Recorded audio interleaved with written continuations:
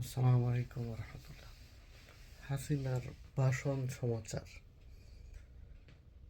হাসিনা আবার ভাষণ দিতে চায় ছাত্রদের উদ্দেশ্যে, জাতির উদ্দেশ্যে। আচ্ছা, আপনারা বলেন তো, শেখ হাসিনা পতনের আগে আর্মি, পুলিশ, র্যাব,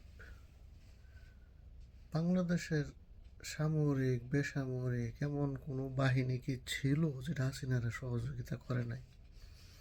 হাসিনার পক্ষে গুলি করে মানুষ মারে নাই এমন কোন বাহিনী আছে? র্যাব, আর্মি, পুলিশ, এত বাহিনী হাসিনার পক্ষে সাপোর্ট করার পরেও 5 আগস্টে কি ঘটনা ঘটছে?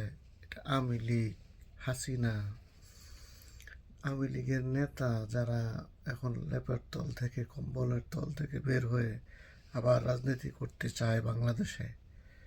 হ্যাঁ, এমন এত সাপোর্টের পরেও হাসিনা কি 5 আগস্টে থাকতে পারছে?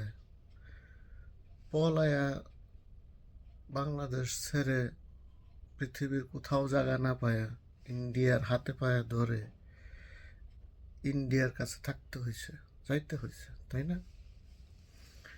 এখন হঠাৎ শুনে আবার হাসিনা ভাষণ দিতে চায়, ছাত্রদের উদ্দেশ্যে, দেশবাসীর উদ্দেশ্যে কথা বলতে চায়।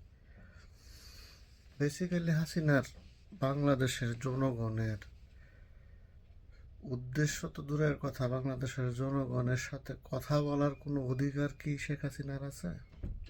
যে হাসিনা গুলি করে নির্বিচারে হাজার হাজার ছাত্র হত্যা করেছে, আয়নাঘরের মাধ্যমে এদেশের নিরপরাধ মানুষগুলাকে দিনের পর দিন কবরের মতো জায়গায় বন্দি করে রেখেছে। এরপরও হাসিনা চায় বাংলাদেশের মানুষের সাথে কথা বলতে, বাংলাদেশের মানুষের উদ্দেশ্যে ভাষণ দিতে।